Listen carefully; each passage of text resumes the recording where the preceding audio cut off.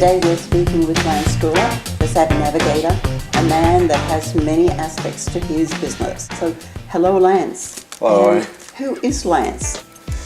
Good question. My background of my career has been in international trade, import-export. Originally started off in a customs brokerage. Went to 3M Australia in their customs division, part of their purchasing, and later to another American company called what is now known as Baxter Healthcare, looking after their imports and exports. I got my customs broker's license, so I thought go out and give it a go myself. So I did. Set up my own business, did that for 13 years, merged, did a few other things, and now I've progressed. I've run courses on importing and exporting still, but I've progressed in recent times, probably the last 2 a bit years, into social media, how that would work. And actually I was very resistant to it. At first I was getting invitations to Facebook and LinkedIn. I thought, what is that? What is this social media? I don't really want to know about it. Now I'm doing it for other people that don't have time to do it for themselves. Social media and leadership.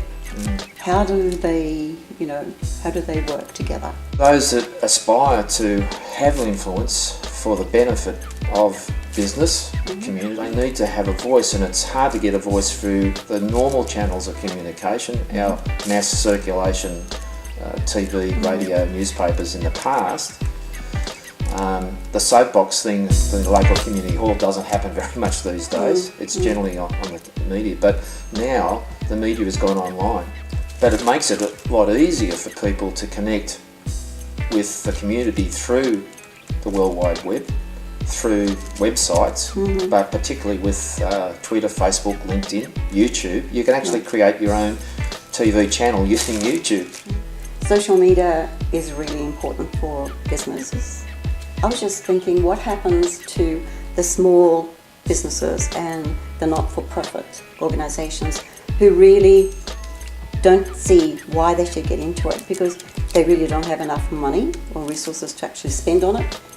Also, they're funded by government and their funding is tied to projects. So why would they be involved? Why should they look at social media? How could it help them? Sure, well, you mentioned 2 things there, small business, so micro businesses or sole ownership businesses, sole traders or small businesses in general.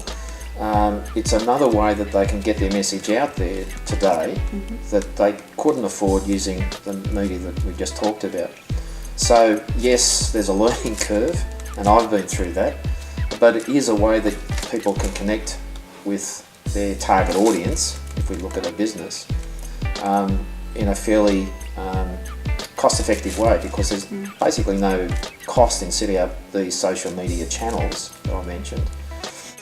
But coming to not-for-profit or charities, I'm involved with a charity called Multi-Marathon, and last year we raised about $60,000, and $30,000 of that went to the Breast Cancer Foundation, and the rest of it was used in the marathons, 15 marathons, 15 days in the Simpson Desert. So it's quite a bit of money to make that happen.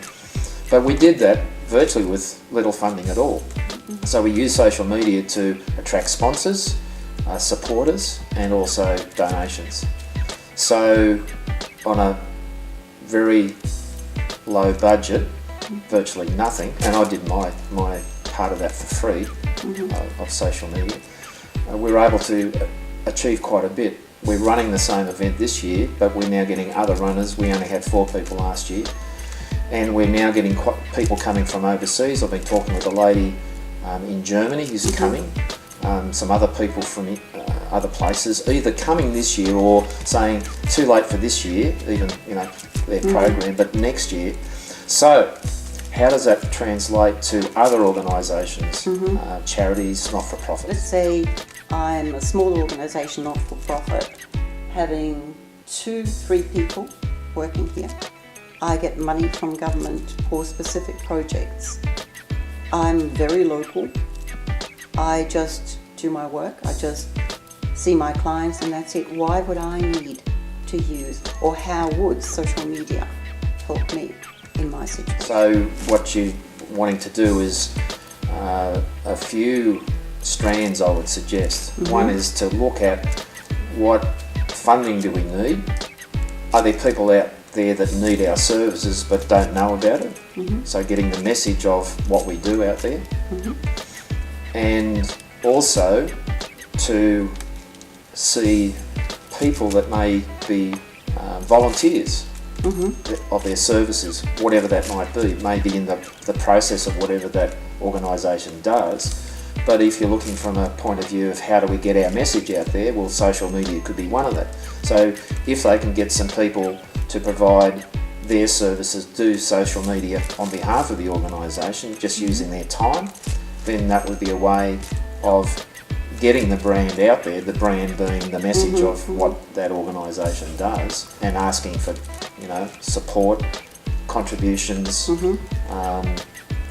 and also getting the message out to people that need the service, if that's being provided. Then that's a way of getting and building a community. That's the other side. It's building a community of people saying this is a worthy cause or a worthy service that's being provided, and I want to get involved, either by being a supporter. If I'm a business, I might want to use some of my proceeds to support that organisation. I might donate my time. So there are some ways that you could use social media to enhance the whole organisation in those various ways. And that's a very good example of how an organisation could grow, right? Especially today, where they're competing for funds with others. Sure. So they really do need to have that voice out. So in summary, you're saying that you have to profile yourself in the community. You have to have people know you, and you have to have people then understand what you do. And if they're in tune with what you're doing, they'll come and support you and be volunteers as well.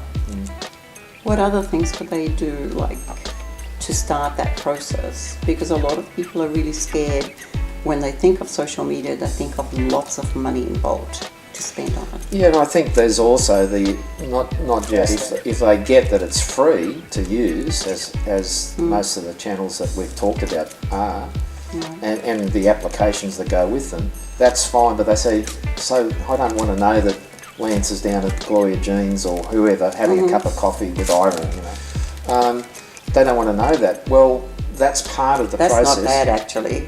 Gloria Jean's. But the other thing is about that is it's actually from the organisation or a person, if it's an identity, it's making that person, they actually drink coffee or they go surfing.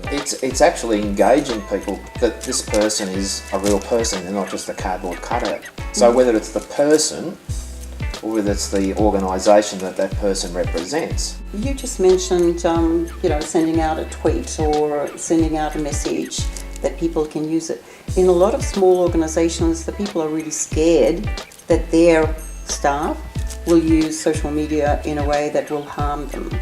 Yeah, look, I think what needs to happen there, I was actually at a meeting today up at Learn 2 here at Rouse Hill Town Centre, and we're talking about this in a business group, and one gentleman has a company, he's trying to figure out how to get more business in, and he said, I wouldn't want to use social media because they might badmouth me. And I said, if they're going to badmouth you, they'll do it anyway, whether you're on social media or not.